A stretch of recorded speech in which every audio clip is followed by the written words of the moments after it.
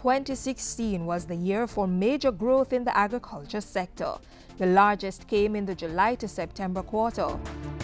This ministry, which combines business and agriculture, confirming our commitment to the notion that agriculture is big business.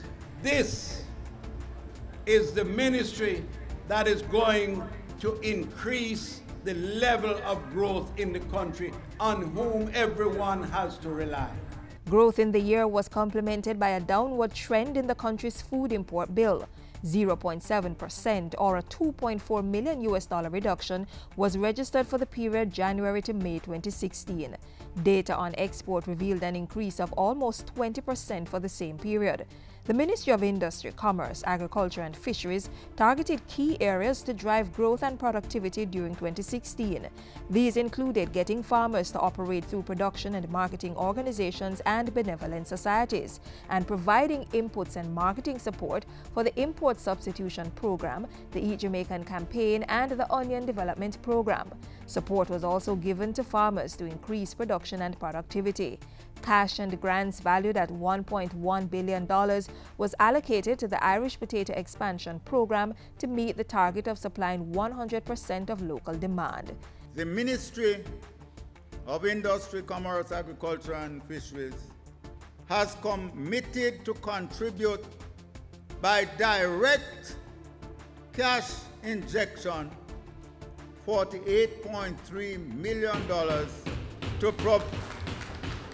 to the provision of crop care and input supply, but over $700 million in productivity support. Farmers on the Plantain Garden River Agro-Park in St. Thomas were also given inputs to produce Irish potato on 100 acres of land, and access to farming equipment and input was made more affordable with the removal of general consumption tax from selected items. The provision was made through the amendment of the General Consumption Tax Act. The current list of zero-rated items for the sector is too limited.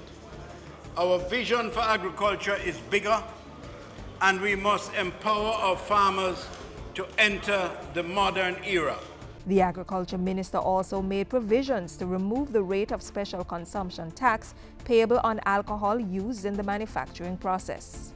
This is consistent with our pro-growth strategy as we attempt to attract investment in the two most important economic areas of our country, the manufacturing and the agricultural sectors. Production was also encouraged at the school level with the relaunch of the National School Garden Program. Over in Portland and Clarendon, lands were earmarked for production under the Agri-Parks initiatives in Springs Garden, Ebony Park and Springs Plain. Mitigation measures were put in place to get farmers back on track following the destruction of crops from fire and flood rains. Farmers in Portland, St. Mary and St. Andrew were assisted with seedlings and fertilizers. Under the Fisheries Division, the levy placed on each pound of exported conch was reduced by 25 US cents for the 2016 season. This is to encourage expansion of business by exporters and development of the conch industry. A micro, small and medium enterprise MSME thematic working group was established to coordinate and monitor MSME-related strategies and actions. Duties of the group included providing practical data on the operations of the MSME sector. So we must have a promotion of an enabling environment. And by an enabling environment, everybody must be plugged into the same set of data.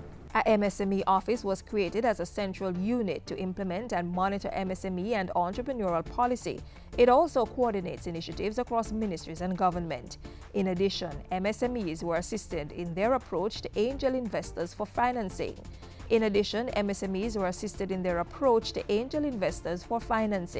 And the sector also benefited from institutional capacity building, training, and mentorship under the Regional Entrepreneurial Commercialization Hub, REACH.